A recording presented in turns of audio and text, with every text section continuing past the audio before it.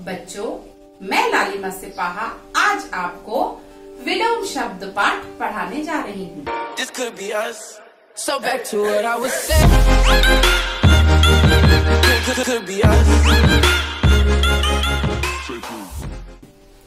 हमने पिछले वीडियो में शब्द के भेद समझे थे। अर्थ के आधार पर शब्द के भेद। अर्थ के आधार पर शब्द के अनेक भेद होते हैं। कौन कौन से? एकार्थी, अनेकार्थी, पर्यायवाची, विलोम।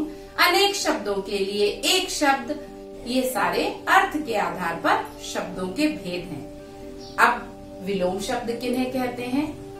ऐसे शब्द युग्म जो एक दूसरे का से विपरीत अर्थ व्यक्त करते हैं, अर्थात विपरीतार्थक शब्दों को हम विलोम शब्द कहते हैं। एक शब्द और उससे उसका उल्टा अर्थ व्यक्त करने वाले शब्दों को हम विलोम शब्द कहते हैं। अंग्रेजी भाषा में, इंग्लिश में इन्हें एंटोनिम्स के नाम से भी जाना जाता है।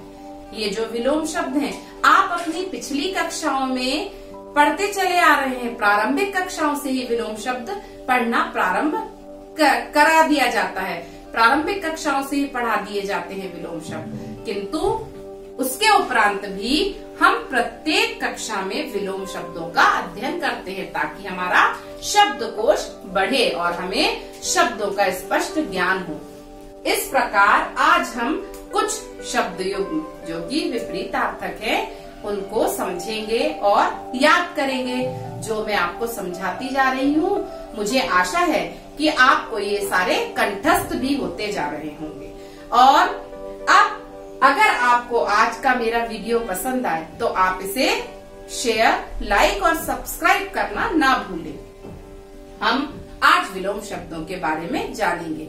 सबसे पहले हम देखते हैं विलोम शब्द कौन सा शब्द है? अंदर। अंदर का विलोम होगा बाहर। अपना, अपना का विलोम पराया। आदि, आदि अर्थात कोई भी चीज शुरू करना और उसका विपरीत अर्थक क्या होगा? अंत। आदि का विलोम अंत। ऊपर, ऊपर का विलोम क्या होगा? नीचे। ऊपर का विलोम नीचे। आय अर्थात मेरे से कोई बोले कि आपकी आय क्या है, अर्थात आपकी इनकम क्या है, और व्यय अर्थात खर्च। तो किसी की भी आय अर्थात इनकम और व्यय अर्थात खर्च। आय का विलोम क्या हुआ? व्यय। इसके बाद हम देखते हैं न्याय। न्याय में आ लगा दिया तो उसका विलोम बन गया अन्याय। न्याय का विलोम अन्याय। क्रय, कोई चीज खरीदना क्रय कहलाता है। विक्रय अर्थात बेचना, तो क्रय का विलोम क्या हुआ? विक्रय। क्रय शब्द का विलोम क्या हुआ? विक्रय। निर्बल अर्थात असहाय। सबल अर्थात जो सक्षम है, तो निर्बल का विलोम क्या हुआ? सबल, जो बलयुक्त है। निर्बल अर्थात असहाय। स्वतंत्र, स्वतंत्र का विलोम क्या होगा? परतंत्र। स्वतंत्र का विलोम परतंत्र। पहले हम परतंत्रता की बेड़ियों से जकड़े हुए थे अंग्रेजों के, जब हमारे देश पर अंग्रेजों का शासन था। अब हम बड़े कठिन परिश्रमों के उपरांत हमने स्वतंत्रता प्राप्त की, तो स्वतंत्र का विलोम क्या हुआ? परतंत्र। अगला हम देखते हैं शब्द प्रेम। प्रेम का विलोम क्या हुआ? घृणा, नफरत। तो प्रेम का विलोम क्या हुआ? घृणा। इससे तो आप सभी परिचित हैं, प्रेम और घृणा शब्द से। परिश्रमी और आलसी। परिश्रमी का विलोम क्या होगा? आलसी। परिश्रमी अर्थात मेहनती। जो परिश्रमी होते हैं, जो बच्चे परिश्रमी होते हैं, उनका फल सदैव मीठा होता है, अर्थात परिश्रम का फल सदैव मीठा होता है। परिश्रमी का आलसी, इसके बारे में संस्कृत में एक श्लोक भी है। उद्यमेन ही सिद्ध्यन्ति कार्याणि न मनोरथे, ना ही सुप्तस्य सिंहस्य प्रविशन्ति मुखे मृगा। अर्थात अगर उद्यम करेंगे, हम परिश्रम करेंगे, तो ही हमारे सारे कार्य सिद्ध हो जाते हैं। जो परिश्रमी होते हैं उन्हीं के कार्य सफल होते हैं। जैसे सोते हुए शेर के मुंह में, सिंह के मुंह में हिरण स्वतः ही प्रवेश नहीं कर जाता। कि आपने देखा है कभी कि शेर सो रहा है और उसके मुंह में हिरण आके खुद बोल दे कि आप लीजिए, मेरा आपका भोजन आ गया है, आप इसको ग्रहण कर लीजिए, ऐसा कभी नहीं होता ना। उसे शिकार करने के लिए परिश्रम करना पड़ता है। उसी प्रकार से अगर आपको भी परीक्षा में अच्छे अंक प्राप्त करने हैं तो आपको उसके लिए उद्यम करना पड़ेगा, अर्थात परिश्रम करना पड़ेगा। उद्यम किए बिना कभी भी हमें सफलता नहीं मिलती, अच्छा फल नहीं मिलता। अब यहाँ पर हमने परिश्रमी का विलोम क्या समझा? आलसी। जो आलसी होंगे वे तो यही सोचेंगे कि अपने आप ही हमारे दिमाग में सब कुछ आ जाए और हम याद कर लें। परिश्रमी का विलोम क्या होगा? आलसी। धर्म, धर्म का विलोम अधर्म। शुद्ध का विलोम अशुद्ध। शुद्ध अशुद्ध, आ लगा दिया, अर्थात जो शुद्ध नहीं है। आकाश, आकाश अर्थात अंबर, आसमान। पाताल, धरती के नीचे पाताल लोक, आकाश पाताल। जन्म और मरण, जन्म मरण अर्थात मृत्यु। जन्म का विलोम क्या होगा? मरण। अनुज, अनुज यानी छोटा भाई, और अग्रज यानी बड़ा भाई, तो अनुज और अग्रज। शुभ अशुभ, अब हम बोलते हैं ना शुभ, अरे हमें यह कार्य करना है, इसका शुभ मुहूर्त क्या है? अर्थात अच्छा लग्न, अच्छा समय। शुभ और अशुभ अर्थात बुरा समय। तो शुभ में आ लगा दिया, जो शुभ नहीं है अर्थात अशुभ है। अथ, इति, अथ इति, अथ अथ। अभी हम आप सभी ने महाभारत की कहानी देखी होगी। अथ श्री महाभारत कथा इति अथ प्रारंभ हो रही है। अथ यानी प्रारंभ, इति यानी अंत। कठोर, कठोर अर्थात सख्त, और मृदु अर्थात कोमल, मुलायम। तो कठोर का विलोम क्या होगा? मृदु। सजीव, जिसमें कि जीवन है। सजीव अर्थात जिसमें जीवन है। निर्जीव अर्थात जिसमें जान नहीं है, निर्जीव वस्तु।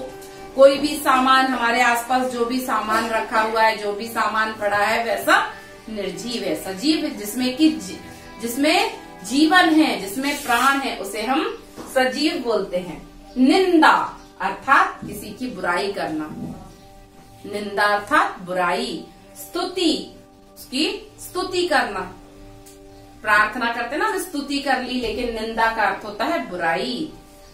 निंदा बोलते ना, निंदक नियरे राखिए, इसके बारे में भी एक निंदा के बारे में, निंदक नियरे राखिए। हमें जो निंदा करने वाले लोग हैं उन्हें अपने पास में ही रखना चाहिए, क्योंकि वो हमें बार बार हमारी बुराई करके हमारे आचरण को बहुत अच्छा बना देते हैं। तो निंदक नियरे राखिए, आंगन कुटी छपाए, बिन पानी साबुन बिना निर्मल करे सुभाए। तो ऐसे जो निंदक लोग होते हैं उनको हमेशा अपने पास रखना चाहिए, क्योंकि वो हमारे स्वभाव को साबुन और पानी के बिना ही बहुत अच्छा बना देते हैं, स्वच्छ कर देते हैं निंदक लोग। उन्नति, उन्नति अर्थात प्रोग्रेस, विकास होना किसी का। अवनति अर्थात उन्नति का उल्टा, जहाँ पे उन्नति ना हो। सुलभ अर्थात जो चीज आसान है, सुलभ है, मेरे लिए ये सारे साधन सुलभ हैं। अभी आपके मम्मी पापा ने भी आपको पढ़ाई सुलभ करवा के रखी है मोबाइल लैपटॉप के द्वारा, तो सुलभ। दुर्लभ, अभी हमारे लिए विद्यालय जाना बहुत दुर्लभ हो गया है, कठिन कार्य हो गया है। जो पहले सुलभ था अब वो दुर्लभ हो गया है।